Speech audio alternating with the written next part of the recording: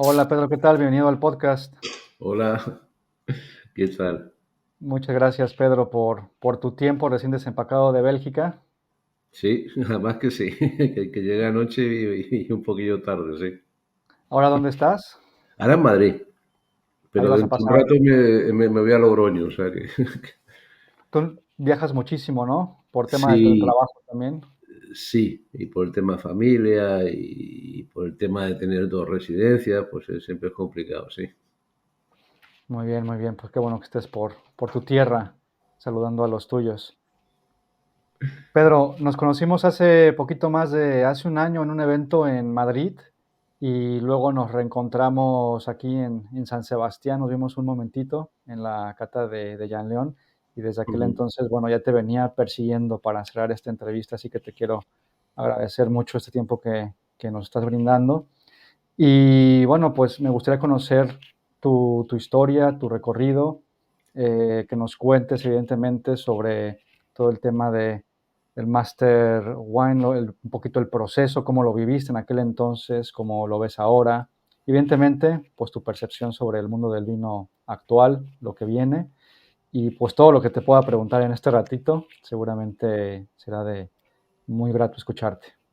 Muy bien, pues nada, preguntas de todo. Vamos a Sí, ver, tú dime, dime. pues estaba echándole un ojo a tu libro, ¿vale? Que publicaste y comentabas ahí que no te gustaba el vino. De joven realmente no eras muy amante del vino, ¿no?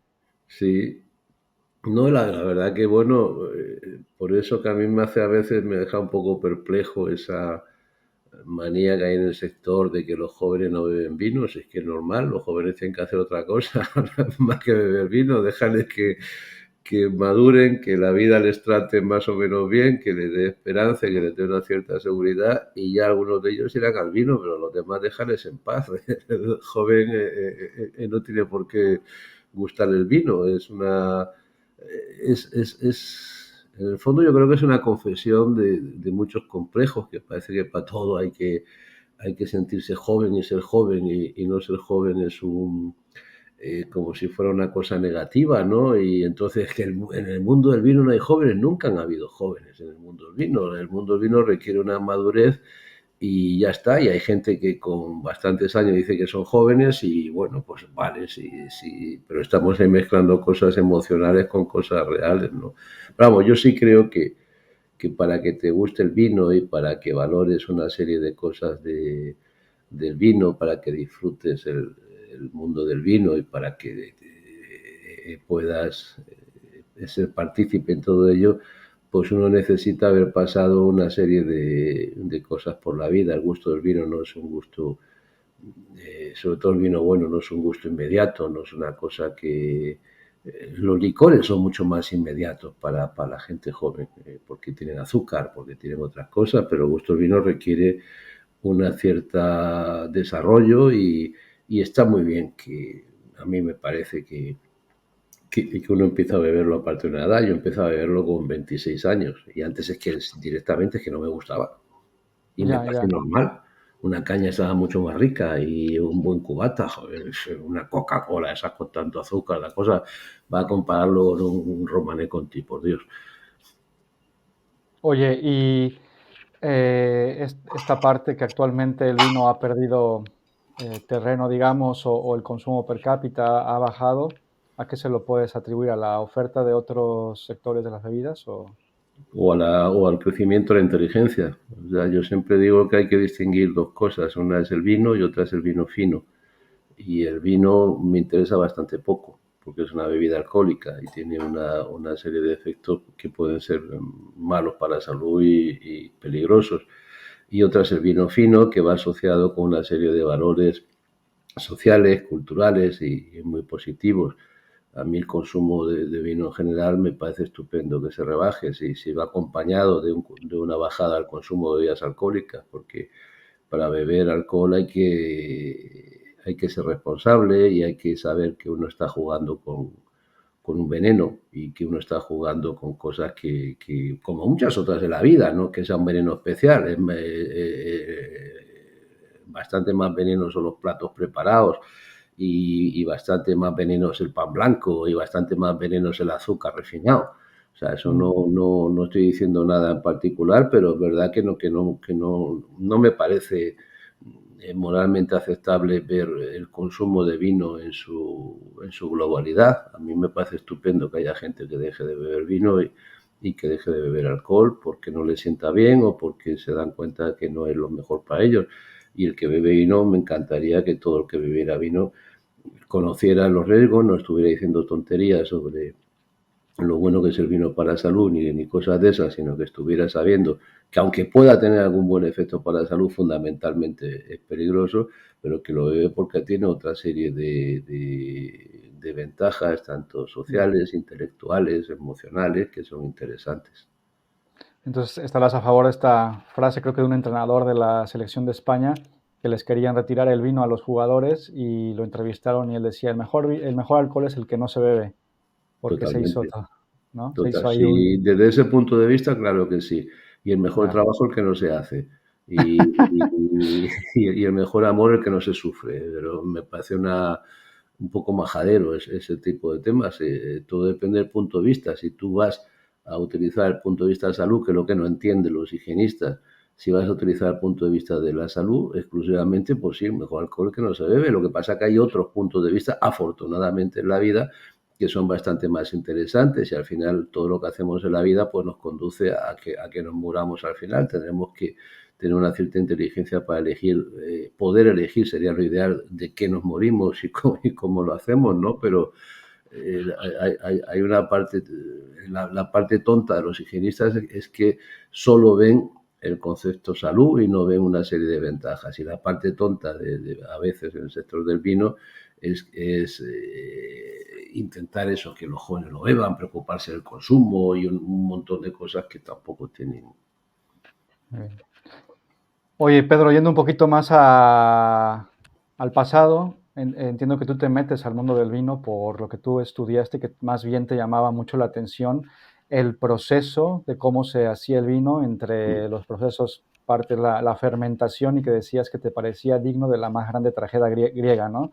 Y es Sí. así como tú te interesas sobre Y todo me sigo interesando, yo te digo la verdad, voy por ahí haciendo catas y hablando de regiones y de suelos calcáreos, arcillosos, graníticos y volcánicos y todas esas cosas. Y, y siento en el fondo, por detrás de mi cabeza, siento un aburrimiento profundo, porque en el fondo lo que más me gusta es el vino como producto de la vida.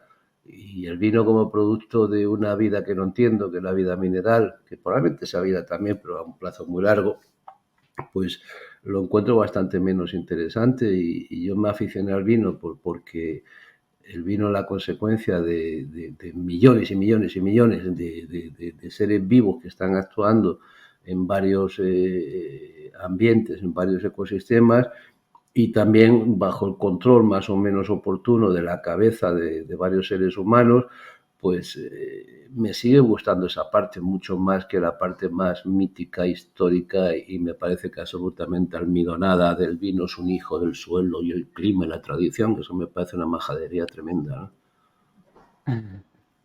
Oye, y luego decides estudiaste tú ingeniero agrónomo, ¿no? Entiendo. Sí, Y luego hiciste el máster en enología y viticultura. ¿Y sí. en qué momento te metes ya de lleno después hiciste el Wineset? ¿Cómo fue ese proceso ya que te introduciste al mundo del vino Bueno, totalmente? yo cuando ya me descubro el vino, que insisto, lo descubrí sobre todo porque me apasionaban y me siguen apasionando los sistemas de las fermentaciones, pero cuando ya descubro el vino como una cosa magnífica y me engancha y me atrae, pues es cuando hago el máster en viticultura y enología y luego tengo la bendita suerte que me dan el mejor título que he tenido y el más justo que he tenido en mi vida, que es el de inútil total para el servicio militar. Y entonces me puedo ir a Inglaterra a aprender inglés y había dejado de trabajar, yo estuve trabajando toda la carrera y me podía replantear las cosas y me replanteé que de hecho pues quería redirigir mi vida hacia el vino. El problema es que, bueno, hubiera podido empezar de cero, pero había un coste económico y había una vida familiar que crear y esas cosas. Y no empecé de cero, mantuve mi vida en otra vida profesional en el sector de la energía y siempre pues mantuve el vino como mi pasión seria. Nunca es un hobby, a mí no me gusta llamarlo hobby, el vino me lo tomo mucho más en serio que un hobby. Y luego pues tuve la suerte de que pude ir a vivir a Bruselas, donde el mercado del vino era infinitamente más interesante que en España, mucho más variado y mucho más culto. Y ahí pues pude formarme en muchas más cosas, pude viajar a estudiar en varios sitios y fui desarrollándome con lentitud, con auténtico goce, ¿no? Fui desarrollando pues todas las cosas que he ido haciendo en el vino, en todo eso, siempre en paralelo con otra actividad profesional. Oye, ¿y nos puedes contar un poco sobre este proceso de cómo decides hacer este título de Master of Wine? ¿Qué tan difícil fue entrar? ¿Cuánto duró y qué tan difícil es? Porque hay inclusive hasta series, ¿no? Donde retratan cómo es la vida de las personas que quieren estudiar y Pero graduarse esas como son más Master of para Wine. Master Sommelier, que es un poco más Mm. social, iba a decir teatral, pero se me iba a enfadar con Master Sommelier, entonces pues digo social, ¿no? Eh, mm, bueno, yo estaba estudiando lo que podía y estuve en Burdeos, estuve en Dijon, me fui a Napa y me gustaba, me hice el diploma y ahí fue un amigo, un Master of Wine, Frank Smulders, que me dijo, oye, ¿por qué no te intentas meter en el programa Master of Wine? Que yo no lo conocía muy bien. Y, y la verdad, él me recomendó, me dijo que lo podía hacer. Yo tenía las calificaciones al ser ingeniero agrónomo, al ser enólogo, al tener ya un montón de cosas, tener el diploma, pues no era tan complicado el tema. Y me metí, la verdad que me lo pasé estupendamente bien. Me lo pasé estupendamente bien. Yo tengo un recuerdo de esos años pues maravilloso. Desde luego no tengo ningún recuerdo ni de sacrificio, ni de dureza, ni de haber perdido nada, sino al contrario, gané muchísimo y fue maravilloso. Luego, no sé, se crea una fama que no conozco muy bien los mecanismos de que parece que lo más importante es que sea difícil, como si algo que fuera difícil fuera Más por sí meritorio. mismo, no sé, diferente, y entonces se crean todas esas historias de la gente que ha abandonado a la familia y de la gente que han intentado una y otra vez y de lo difícil que es el examen y no sé cuántas cosas. Y yo sí, siempre digo lo mismo, yo pienso que es mucho más difícil, para mí sería mucho más difícil prepararme unas oposiciones a administrativo del Ayuntamiento de Madrid y encima está menos reconocido, ¿no? Y eso sí Mm. que yo sería incapaz cuando veo las cosas que estudia alguna gente. De luego yo nunca le digo a nadie que lo de Master of Wine es difícil, tienes que tener una preparación, tienes que desarrollar otra preparación, tienes una serie de cosas que hacer como cualquier cosa en la vida y si lo haces bien pues seguro que lo pasas, no hay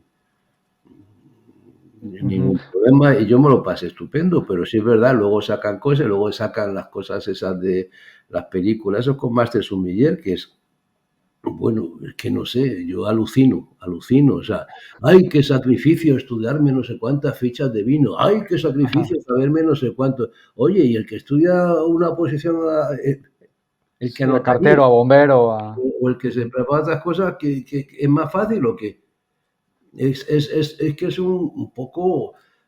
Me molesta, no me molesta, en francés se dice agas, me deja un poco perplejo el, el tema de que el punto no sea el disfrute, sea el sacrificio y sea lo difícil que es.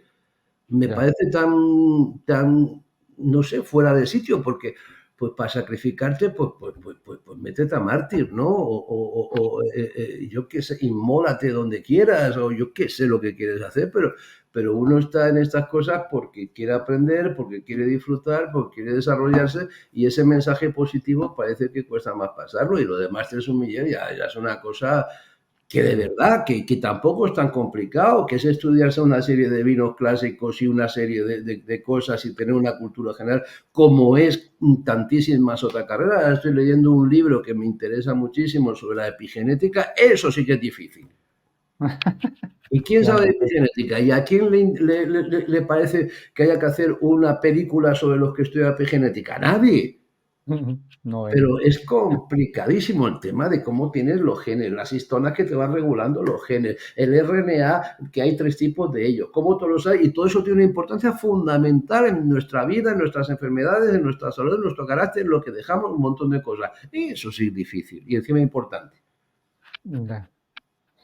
¿Tú crees que tiene que ver un poco esto de las series, ¿no? Que comentabas por parte bueno, yo le llamo los gringos, ¿no? Los de Estados Unidos, los americanos que les dicen, que son unos genios del marketing, ¿no? Y eso es innegable. Y venden todo así, y eso también lo vemos reflejado en el mundo del vino, ¿no? ¿Tú cómo ves el gran avance que ha tenido, por ejemplo, Estados Unidos en tema de marketing, ¿eh? Que te venden cualquier cosa, inclusive en el mundo del vino, vinos que no son de a lo mejor calidad tan alta o mejores que muchos vinos de España, pero que allá sí lo saben vender. Lo vemos en los vinos. En el tema de no turismo, por ejemplo, explotan muchísimo más. Yo veo que aquí que España, el marketing, ¿cómo lo ves tú ahora en el mundo del vino? No sé, yo te diría que desde luego en Estados Unidos hay vinos estupendos, ¿eh? Absolutamente Mm. incomparables y de lo mejor que se puede encontrar en el mundo. No, yo no creo que estén vendiendo algo que no se corresponda con la calidad. Luego es cierto que los precios medios son muy superiores. También es verdad que es un país en el cual la gente pues se gasta más dinero en vino, les parece más normal. Eh, yo creo que lo hacen en ese sentido bien, pero España está haciendo las cosas partiendo de una base muy pobre. Yo creo que está haciendo cada vez mejor y cada vez uno va encontrando por el mundo pues mucho vino español de prestigio, quizás no suficientemente. Quizá es bastante sorprendente porque hay muchos más vinos de prestigio americanos que españoles, pero todo depende del mercado, las condiciones. No es solamente marketing, es también Mm. la voluntad de comprar. Desde luego, es mucho más fácil tener muy buenas marcas a muy buenos precios y con mucho prestigio cuando tienes un mercado doméstico que lo paga y que lo apoya y se siente orgulloso de ello, que cuando no lo tienes. Y el mercado español es bastante, en ese sentido, bastante limitado. Tiene un consumo muy bajo y tiene además unos precios medios que a los españoles que les cuesta gastarse dinero en, en, en el vino. Entonces eso pues condiciona mucho. Aún así creo que se está haciendo muy bien. Pero vamos, yo no diría nunca que los vinos españoles son mejores que los americanos, son diferentes y los americanos tienen unos Sí. vinos absolutamente estupendos. Sí, sí, desde luego. No, me refiero a la parte del marketing que son buenos para vender cualquier cosa y Sí. eso ha hecho que estén presentes a nivel Ellos, global. por ejemplo, me decía del enoturismo, ¿no? Ellos, por ejemplo, tienen una costumbre, la gente ahí en Estados Unidos, pues de pagar por todo. Y entonces el enoturismo funciona muy bien cuando alguien va con su familia y tienen cosas así, se están gastando $200 en pagar unas copas, en visitar un sitio, y una cosa muy profesionalizada. Eso, por desgracia, en España, aunque ya hay muchos sitios que lo están haciendo muy bien, en general para las capas de población que el enoturismo, sobre todo en Napa, funciona, pues en España no funciona, pero no porque haya un problema de la industria española, hay un problema del ciudadano español que no lo acaba de ver ese tema, no tiene la misma disposición y del turista que viene a España, que sigue siendo, considerando España entre otras muchas cosas muy buenas, pues le considera un país barato también, que no es muy bueno eso. Y, y yo creo que eso son cosas que son desarrollos que no son solamente de la industria, sino también son sociales, ¿no? Ahora mismo en Rioja o en Ribera hay una colección de hoteles de lujo y de grandes restaurantes que funcionan, lo cual significa que tienen clientes y que funcionan muy bien, pero claro, no hay un sistema todavía comparable al de Napa, pero yo creo que porque falta un flujo de personas con esa disposición a gastarse dinero, ¿no? Oye, ligando un poquito esta idea a una entrevista que te hicieron en La Voz de Galicia, me parece, hablabas de una idea del 50-50-50, Mm. ¿te suena o no te acuerdas? Sí, voy a hacer una cata más sobre eso en Madrid Fusión, en enero. Pues, ¿nos quieres contar un poquito o una Sí, pincelada sobre eso? sí, hay una. En el mundo del vino parece, y en otros mundos parece que la gente pues funciona según los primeros capítulos de los tratados de economía y las cosas de oferta y demanda. Entonces, cuando reduce la oferta, suben los precios y cosas muy inmediatas, cuando en realidad eso en el mundo del vino como commodity puede ser verdad, en el mundo del vino fino es absolutamente falso. Si tú estás en un mercado global, tú necesitas poder servir a ese mercado y tienes que tener un volumen suficiente. Con lo cual se puede producir, y de hecho hay toda una teoría que se desarrolla en ese sentido, tú puedes incrementar la demanda subiendo los precios y además necesitas tener un gran volumen. Como ejemplo, lo menciono muy a menudo, pues tienes a los de Louis Vuitton. No hay Ujú. cosa más aburrida cuando uno viaja mucho por el mundo que es que en cualquier shopping mall de cualquier ciudad del mundo y en muchísimos aeropuertos y en cualquier centro de ciudad del mundo te vas a encontrar la tienda de Louis Vuitton. Lo cual es como, a mí me parece de una, no sé, no le veo la exclusividad. Sin embargo, eh, todas esas tiendas venden unas cosas pues, que son carísimas, con unos márgenes absolutamente locos, y tú ves en algunas tiendas, la de París es la más famosa, que tienen colas continuas de varios cientos de metros, de personas que están esperando a entrar. Aquí en Madrid no lo sé, pero en Bruselas también hay colas para entrar a la tienda. Lo cual te está diciendo que esta empresa, que no olvidemos que la empresa detrás de Don Periñón y también la empresa detrás de algún vino español como Numantia Termantia, que es otra dimensión, es la empresa líder en el lujo, entiende muy bien lo que es el lujo, y lo primero que te dice es que el lujo en la sociedad actual tiene que estar disponible para la gente. El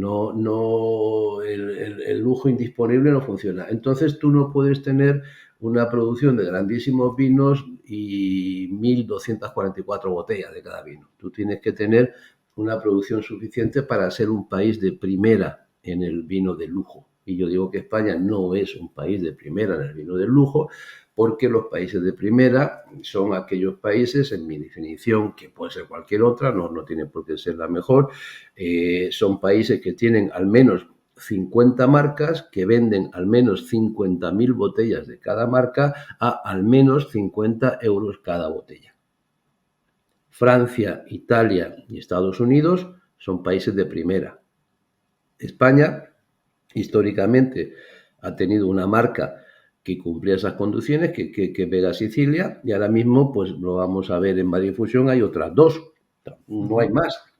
Yo espero que algún día llegue algunas marcas, sobre todo cuando veo los espumosos, Cava y los demás espumosos, cuando veo algunas regiones, e incluso Jerez, digo, bueno, es que hay asignaturas pendientes ahí y tenemos que tener la seguridad de que si alguien quiere celebrar algo con un grandísimo vino español, pues pueda encontrarlo en Tokio, en Yakarta, en Nairobi, en Ciudad de México y en Los Ángeles. Y para eso necesitas un volumen, pues hablo de las 50.000 botellas.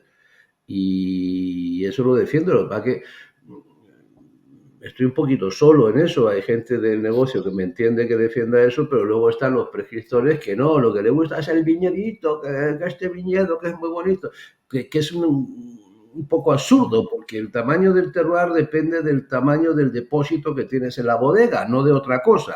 Tú puedes, si tienes un depósito de 8.000 litros, pues tendrás que tener un terroir de varias hectáreas. Si tienes un depósito de 400 litros, pues tendrás un terroir de media hectárea. Pero, y si tienes un depósito de 100 litros, pues no te das nada, porque eso no hay quien lo venda. Son cosas que hay que ver. Pero todavía en el sector del vino, sobre todo la prescripción, no se entienden estas leyes básicas de la economía, que hay una serie de productos que cuando incrementas su precio y cuando garantizas su disponibilidad, pues la demanda crece y que España necesita visibilidad en esos vinos.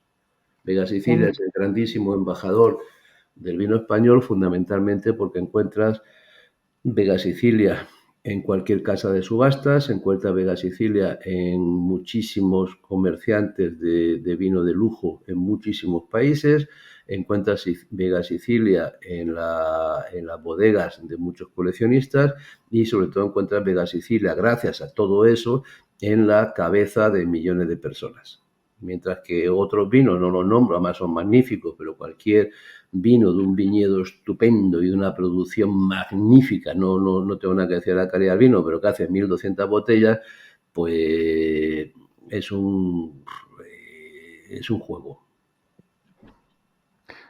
que le ha hecho falta a España, digo, siendo un país que produce muchísimo, de mucha historia. ¿Qué fue ese punto que hace falta para estar tan posicionado como estos países que comentas, como Francia, Italia, Estados Unidos, como Estados Unidos, que es, vamos, el nuevo mundo y tal, empezaron más tarde? ¿Qué le habrá hecho falta a España? ¿En qué momento desvió un poco A España el camino hacia... lo que le hace falta es riqueza y esperanza. No tiene nada que ver con el vino. Ya tuvimos una grandísima cosa, que es para mí la cosa de lejos más importante de toda la historia del vino español, que es la fecha del 1 de enero de 1986, cuando entramos en la Unión Europea. Sin Unión Europea no hay vino fino que valga. En España ya tenemos porque hay mucha más gente que se puede formar, porque hay un mercado amplio, porque es otra forma de actuar.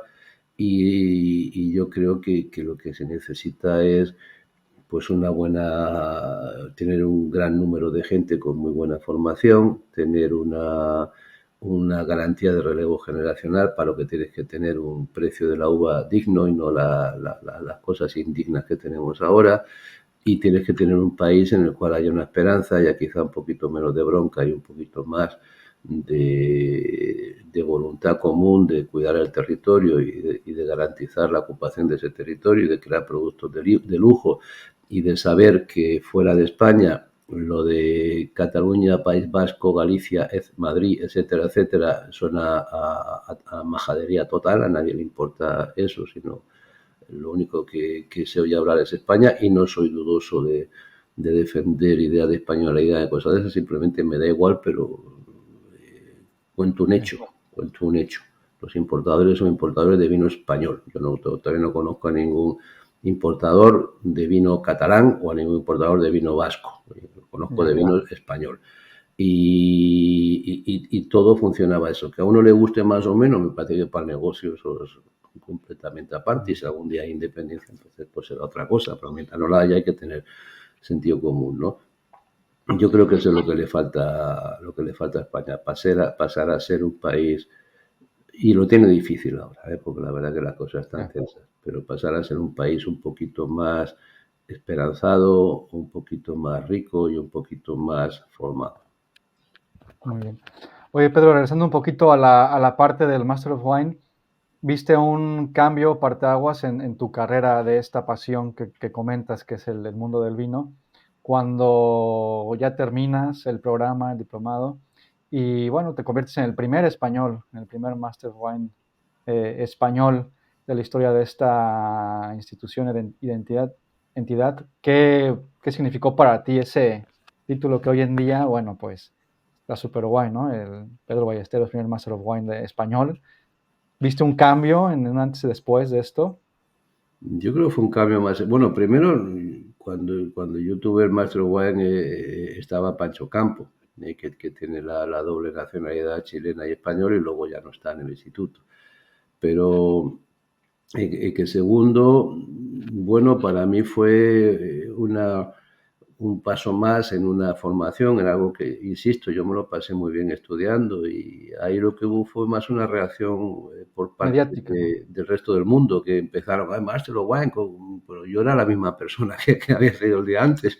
No. Bueno, es muy agradable porque uno siempre agradece que que te traten bien y que te reconozcan y claro que sí, eso a uno le hace estar muy bien, facilita mucho el acceso a muchísimas cosas y eso también es súper agradable, pero hay que tomarlo como todas las cosas en la vida con un cierto distancia también. Cumple. Eso unos másteres van ahora y está muy bien y pasado mañana pues Ujú. uno no será nada. Pero te sentías más responsable y más comprometido porque tu opinión, o sea, ya antes podías decir cualquier cosa, a lo mejor de cualquier bodega, así en una comida, ¿no? Pero ya ahora puedes estar así y con las redes sociales y tal, haces algún comentario y se filtra y Pedro Ballester, o sea, que tu opinión después de eso ya pesaba mucho más, sentiste esa responsabilidad en tus hombros, Eh, ya ser más cauteloso con lo que opinaba. Pues te digo la verdad, Eduardo, no, porque yo en mi otra vida, yo he estado en la función pública, entonces yo he aprendido a, a decir las cosas, a decir verdades, a no insultar a nadie, a no faltar respeto, pero a no callarme. Y quizá porque me daba una cierta seguridad en la función pública y lo que hago, intento expresar mis opiniones, soy particularmente cuidadoso en nunca ofender a nadie, me parece que eso es lo último, pero también intento ser claro en todo ello y tengo una parte, no sé, más ligera o más frívola que no me preocupa mucho. Una vez que me siento bien con lo que he dicho, que creo y nadie me lo dice lo contrario, que no le he hecho daño a nadie, pues me parece que mis opiniones son como la de cualquier otro, lo único que quizá le he dedicado un poquito más de tiempo que mucha gente a formarlas y a pensarlas y a informarme para crearlas, pero no, sé, no me siento muy responsable en ese sentido. Me siento muy bien y, insisto, es siempre agradable que la gente pues preste atención porque uno se siente bien, claro que sí. Oye, hablando, bueno, de estas personalidades que tienen bastante influencia en el mundo del vino, como tú, todos estos críticos que hay que hacen sus puntajes y que Parker y que Socklin y todos estos, ¿qué opinión tienes al respecto? ¿Crees que el mundo del vino ya está produciendo sus vinos solo para tener cierto puntaje, que salgan anunciados y con eso ya tengan cierto estatus? O sea, ¿crees que esto para el sector puede ser bueno, no tan bueno? ¿Qué opinión tienes de estas, todo este mediático que hay en el sector? Bueno, es una profesión relativamente reciente, la de prescriptor. Antes los prescriptores eran personas que estaban en el negocio del vino, entonces se preocupaban en que se vendiera el vino en las mejores condiciones posibles. Así se crearon cosas tan buenas como los courtiers de Burdeos, ¿no? Y los negociantes de prestigio ingleses y muchos otros. Luego surgió, antes de Parker ya surgió una nueva figura que era la de la gente que hablaba de vino, pero no vendía vino, se vendían a ellos mismos. Era que tú compraras sus publicaciones porque te fiabas de ellos o porque te gustaba cómo escribían, ¿no? Fue un paso gradual, ahí quizá la figura clave fue uno de los mejores degustadores de vino de la historia, que es Michael Broadbent, que trabajaba en una casa de subastas, que ya era un negocio indirecto sobre el vino y creó, digamos, una cierta escuela. Luego vino una cierta vinieron muchos periodistas ingleses que ya empezaron a hacer esa campaña de hablar de vino para venderse a ellos mismos, lo cual está muy bien, en lo que hacen todos los profesionales, pero ya no para vender vino. Y luego ya llegó el momento Parker, que quizá porque era americano Mm. y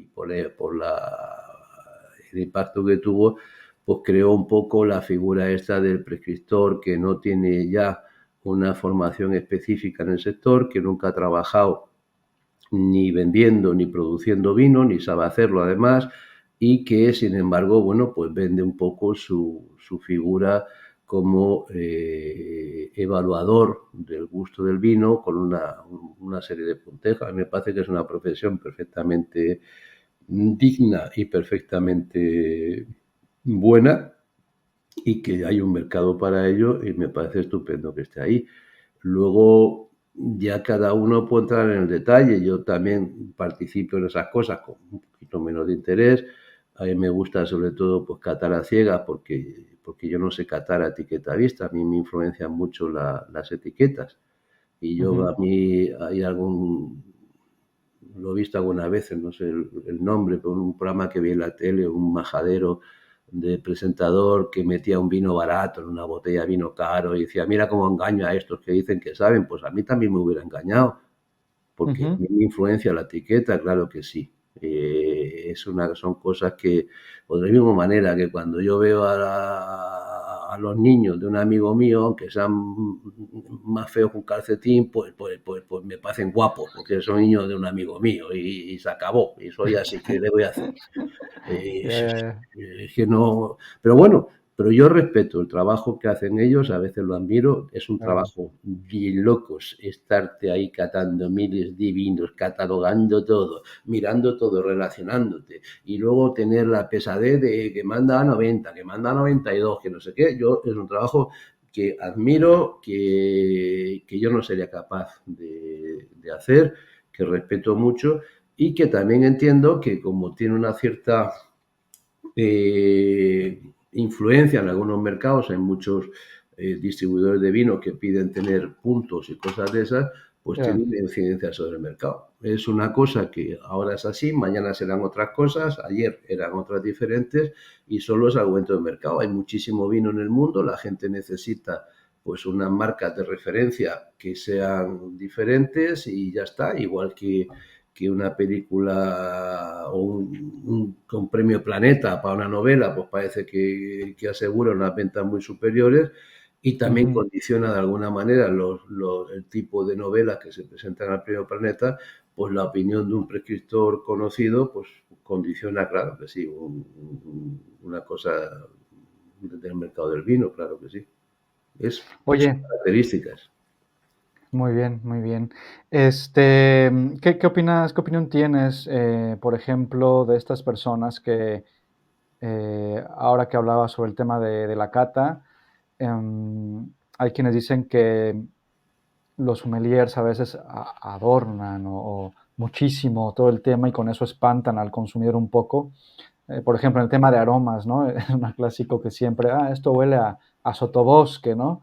Y bueno, pues, ¿qué es el sotobosque? O sea, toda esta, algunos dicen parafernalia alrededor del vino, ¿crees que ayuda o no? Tú como alguien muy estudiado del sector y que has estado en muchísimos mercados y viajado a Estados Unidos, bueno, en México, que también me gustaría tocar rapidísimo ese punto. Todo esto, la solemnidad que tiene alrededor, ¿tú crees que ayuda o no para el consumo? Que le da miedo a muchas personas entrar al mundo del vino, porque es que yo no sé nada de aromas, no sé catar, no sé tomar un vino. Vamos a ver, yo creo, es que en todo hay que segmentar, no existe el mundo del vino, existen muchos mundos del vino. Entonces hay una serie de segmentos del mundo del vino que buscan una cierta sofisticación en el lenguaje, buscan un lenguaje propio, dicen a veces cosas muy raras, pero lo que se corresponde, pero tú cuando oyes hablar a los funcionarios comunitarios usan también un lenguaje muy propio a ellos y cuando Claro. oigo hablar a los policías, cómo hablan entre ellos, usan palabras que yo no entiendo y cada profesión tiene su propia cosa y sus propias modas. Hay verdad que es un poco sorprendente cuando se mencionan una serie de aromas poco conocidos y que no quieren decir nada para la inmensa mayoría de los mortales, incluyéndome a mí. Bueno, pues hay gente que también tiene que escribir así. Yo creo que también dentro de los catadores y de los prescriptores hay calidades, ¿no? Y cada uno hay notas de cata magníficas y gente que, bueno, es un poco más eh, normal, como pasan todas las cosas, ¿no?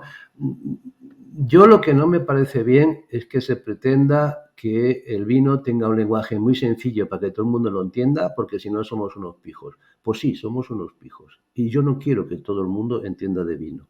Yo quiero entender yo de vino y compartirlo con la gente que le parece muy bien. Y me parece absolutamente lógico que la inmensa mayoría de la humanidad no le importe nada el vino.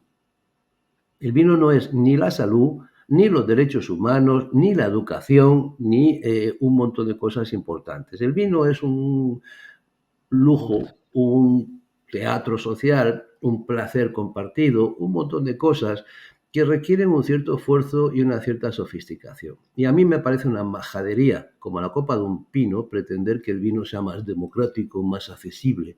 Eso será el vino barato.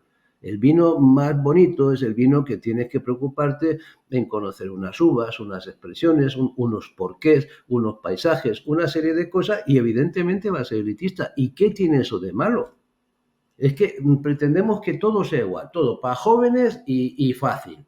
Pues no, lo más bonito de la vida, todos tenemos ambición y todos tenemos una cierta aspiración. Deja cosas que sean difíciles y que se vayan llegando a ellas y que sean elitistas, que luego el mensaje, el lenguaje sea más o menos preciso o el lenguaje sea más o menos auténtico. Absolutamente de acuerdo, se dicen muchas tonterías, muchas cosas raras en el vino.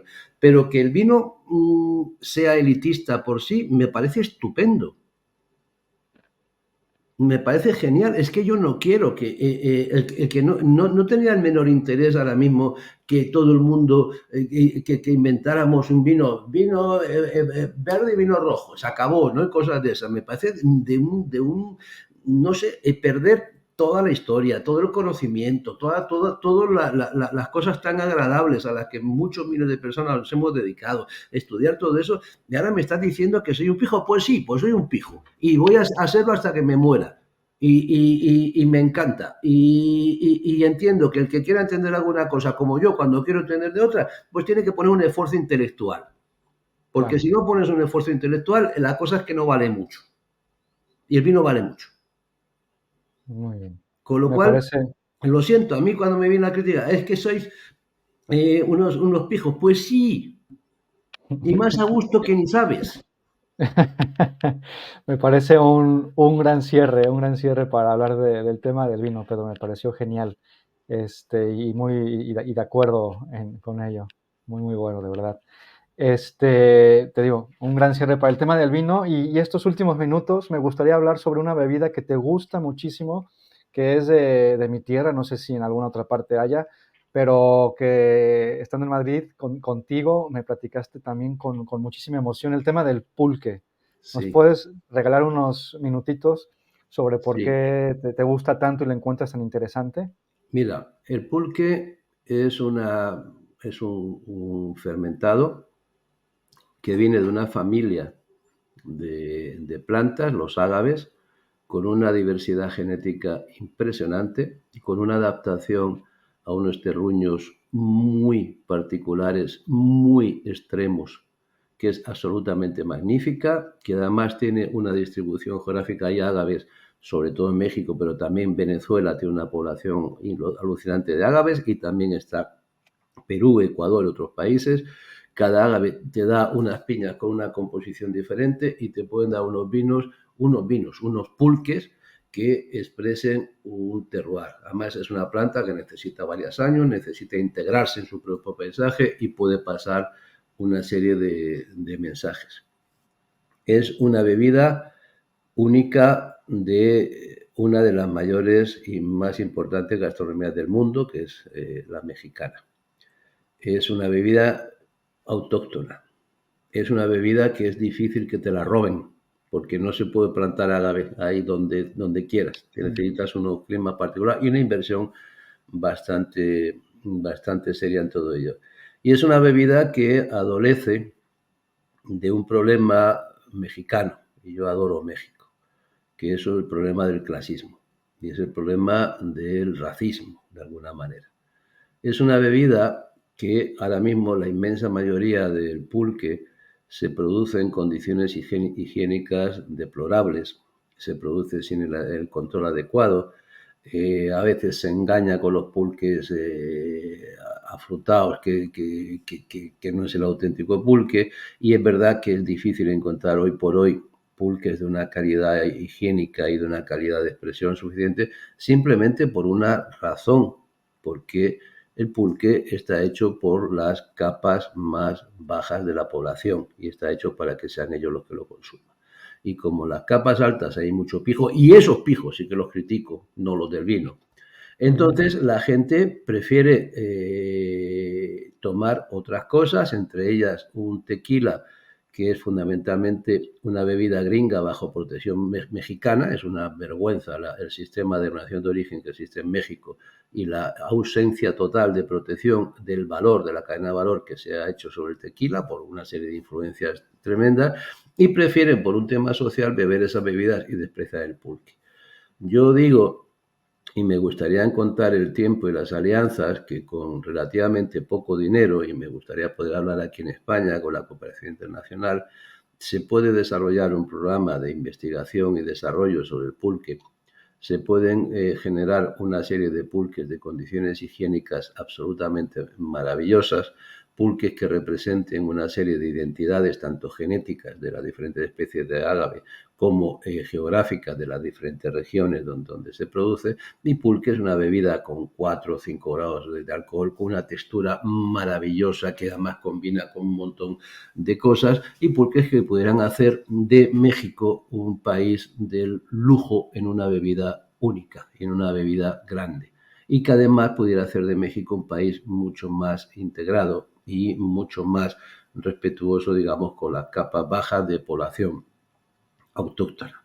A mí el pulque me apasiona, me enfada mucho que la única razón por la que el pulque no es hoy una bebida grande es porque lo han hecho los pobres, Menos, ¿eh? sí. Pero no hay ninguna otra razón.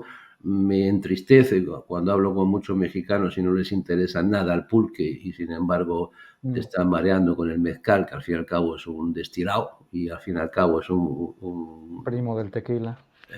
un primo. Bueno, el tequila es un mezcal, ¿no? Un Es mezcal, un sí. mezcal particular y me da pena que en un país con esa riqueza y esa diversidad tan absolutamente increíble que es México, pues las bebidas que más se vendan sean unos destilados que de alguna manera pierden ese sentido, por mucho que se diga de origen, o una cerveza que no tiene origen, ¿no? Que no tiene más que un proceso, ¿no? Yo ahí defiendo mucho el renacimiento del vino en el Bajío, sobre todo en México, pero también defiendo incluso con más cariño el que hubiera un gran proyecto para dignificar el pulque y los que lo hacen.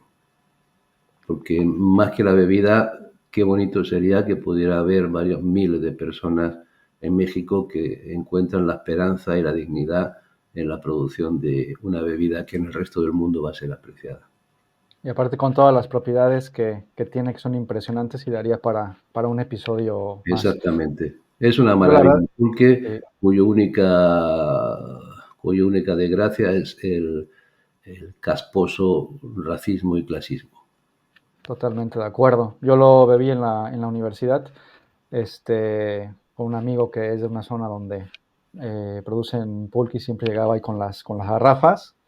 Con el pulque que le aprovecho a mandarle un saludo a Fernando Cid, que todavía en los chats ahí, estoy echando mi pulque, saludos. Entonces, pues ahí está el mensaje, ¿no? Pedro, algún productor de pulque que se quiera animar a hacer las cosas un poco diferentes, pues ahí está el mensaje.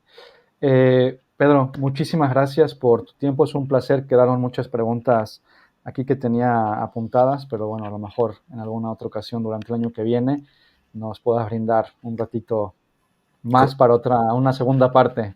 con mucho gusto, Eduardo. Pedro, ¿quieres anunciar algo, planes, proyectos, redes sociales, donde te pueden contactar, seguir, ver? Bueno, yo no soy muy activo en redes sociales. La verdad que me asustan un poco, yo qué sé. Todo el mundo pone comentarios. A mí no me gusta, no me O encuentro leer mucho por ahí. columnas a donde estés escribiendo Sí, escribo actualmente. en varias revistas, en Bélgica, en España, en el Reino Unido, trabajo en Italia, trabajo un poquillo, pero vamos, el plan fundamental es estar siempre ahí. El plan fundamental es continuar con la bendita suerte que he tenido hasta hoy de la salud y de la alegría y poder hacer las cosas lo mejor posible pues, para el vino y para la vida en general. No hay muchas cosas en eso y me gustaría algún día encontrar los meses de calma para escribir otro libro, eso sí. Ah, muy Y bien. hablaría del pulque en ese libro, además. Seguro. Muy bien. De todas formas, abajo dejaré los enlaces de tu libro, que también está en Google Play. Bueno, al menos yo tengo Android, entonces ahí lo pueden adquirir también, Claro y que en sí. forma digital. Y luego, bueno, ahí dejo el título y Pues todo nada, para que yo lo lo del tengan. libro, la verdad que a mí me emociona porque me da siempre como un poco de apuro que la gente dedique un tiempo a leer lo que, lo que está escribiendo, pero me da una alegría enorme. La verdad que es muy agradable lo de los libros, muy, muy agradable. Sí, también aquí tenía apuntado unas cositas del libro, porque hablas de cosas, intentas, pues lo pones muy claro al principio, ¿no? Que dices, realmente toda la información está en Google de muchísimas cosas sobre el vino que no vale la pena venir a plantear ahora este libro. Entonces, yo les voy a hablar de algo diferente y ahí ya tú das el giro. ¿Quieres dar una pincelada sobre tu libro de qué trata? Y así sirve que lo enlacemos Bueno, abajo. ah, en realidad son tres libros en uno. Hay una parte que hablo de los porqués del paisaje y de la geografía del vino y del vino de España. Hablo de su montaña, de los mares, los ríos, los climas, todas esas cosas y viéndolo un poco como eso pues te condiciona, no te determina algún tipo de vinos. Los que determinan son los humanos, los que condicionan son y la suerte, Ujú, y los que condicionan son las cosas naturales, ¿no? Luego hay una parte que me lo pasé estupendísimamente escribiéndola, que es sobre la historia y analizando las cosas. Y a mí me gusta implicar el vino en otras partes de la historia. Y bueno, pues es una parte de la que tengo siempre un recuerdo muy, muy agradable, fue muy intensa, muy intensa.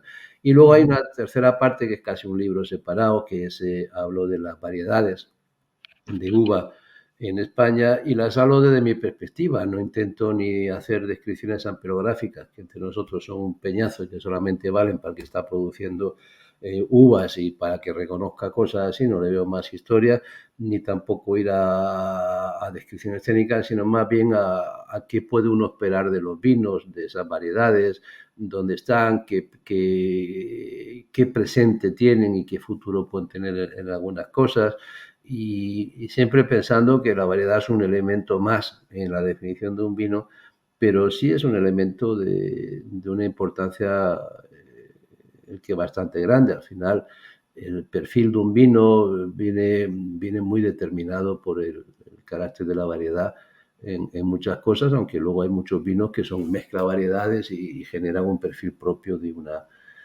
una forma de hacer y de un paisaje, ¿no? Pero esas son las tres cosas. Una parte, digamos, del contexto, la geografía y los terruños, una parte de la historia y otra parte de las variedades especificándola desde ese punto de vista. ¿Por qué están ahí? ¿Qué calidad te pueden dar? Y algunos de los ejemplos de los vinos que mejor pueden caracterizarlas. genial, genial, perfecto. Oye, ahí en Bélgica, ¿qué tal las cervezas? ¿Sí A mí me te gusta sigues la cerveza. bebiendo? O, Sí, es que mi hijo se hizo como buen hijo, pues no se va a hacer del vino, se me hizo cervecero, ¿no?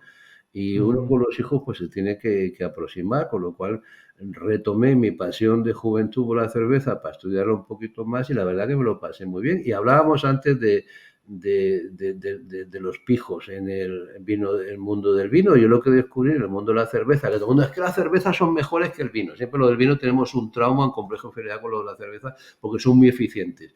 Lo cual suele ser una desgracia porque cuando más ineficiente es uno, más se distribuye la riqueza. Pero bueno, y siempre estamos mirando. Le decía, es que lo de la cerveza comunica muy bien y entonces yo con las cosas de mi hijo y acompañándole a él y yendo a bares de cerveza que están muy de moda ahora eso, yo me encontré un montón de gente, eso sí, más joven que yo, pero todos ellos hablando un lenguaje que no entendía nada de las palabras que usan, pues además estos usan acrónimos, ya no es que usen la grosella salvaje del Canadá, es que usan una IPA, una pipa, una ripa, una no sé cuántas cosas que no se entiende nada, con nombres larguísimos y con una complejidad de lenguaje y con un pijismo enorme, lo cual me sentí muy orgulloso porque digo, coño, ya lo de la cerveza están aprendiendo de nosotros. Y como ellos dedican un tiempo, una ilusión, una ambición a conocer más de cerveza, pues normalmente se sofistifica más su lenguaje y se hacen más pijos, claro que sí. Lo cual me encanta en el mundo de la cerveza.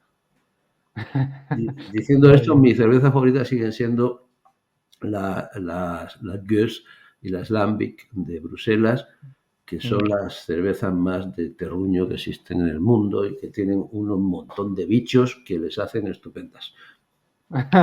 Sí, las Lambic no son las que no utilizan, tienen una Las característica Lambic especial, ¿no? son fermentación salvaje, sin ningún Ajá, tipo de inseminación, y luego es una crianza larga en madera, pero con una presencia de un bichito que se llama Brettanomyces bruxellensis, que en el vino es, aunque muchos vinos que están estupendos con un poquito de Brest, y muchos prescriptores, sin darse cuenta, tienen un amor secreto por la Brest, porque les ponen unos puntos a veces muy altos a vinos con Brest. En el caso de esta cerveza tiene un montón de Brettanomyces, pero está buenísimo, un sabor absolutamente sensual y absolutamente provocador, con una acidez magnífica y unos finales enormes. Son cervezas que además, si las dejas envejecer, pierden la burbuja, pero ganan una complejidad enorme. Son ya. maravillas. Sí, las Lambic serán como las cervezas más parecidas a las más antiguas, ¿no? Claro, Del son que de se haya conocido. fermentación natural, son de una crianza larga, son cervezas que se pueden hacer solamente en invierno, pero como se consumían durante todo el año, pues se usó la crianza Ya, y luego se ha ido extendiendo. Yo tomo algunas con 20 años que son estupendas, la wow. Castillón. Bueno, eso también es para otro Sí, sí. episodio, pues. Pero eso para Muy los que bien, saben pues. de cerveza, que yo no sé. Yo la Eso disfruto, es. pero no, no me Vamos a invitar considero. a tu hijo al podcast, oye. Eso sí. Muy bien, Muy muchas bien, gracias, Eduardo. Pedro, que estés muy bien y estamos en contacto. Perfecto. Venga.